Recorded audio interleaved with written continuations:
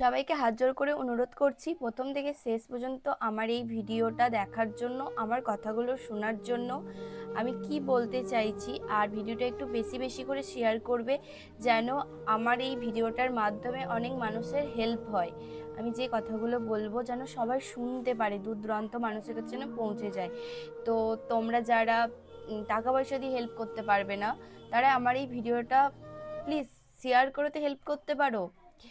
আমি অনেক মানুষকে হেল্প করি যতটা আমার সাধ্যের মধ্যে হয়, তোমরা অনেকেই দেখেছো।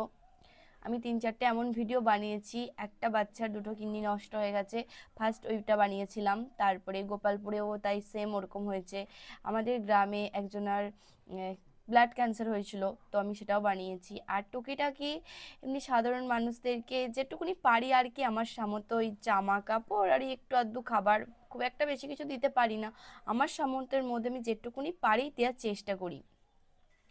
তো এরকম কোনো যদি তোমাদের জানা থাকে যে কোনো পরিবার টাকার জন্য চিকিৎসা করতে পারছে না, তারা অবশ্যই আমার এই ভিডিওটায় কমেন্ট বক্সে এসে লিখে যাবে গ্রাম, অ্যাড্রেস সঠিক যেন হয়। তো ঠিকানা আমাকে দেবে, আমি আমার টিম যাব তাদের বাড়িতে, আমরা যতটা পারবো তাদেরকে হেল্প করব ভিডিও বানিয়ে সব মানুষের কাছে পৌঁছে দিতে।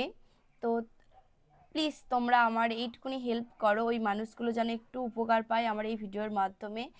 তোমরা যারা যারা তোমাদের গ্রামে যদি এরকম অসহায় ব্যক্তি থাকে যে টাকার অভাবে চিকিৎসা করতে পারছে না বা খেতে পড়তে পারছে না, তারা অবশ্যই আমার এই ভিডিওটা মাধ্যমে এসে তোমরা কমেন্ট বক্সে লিখে দেবে গ্রাম, অ্যাড্রেস, মানে আর কেউ নেই দেখার মতন সেরকম হতে হবে।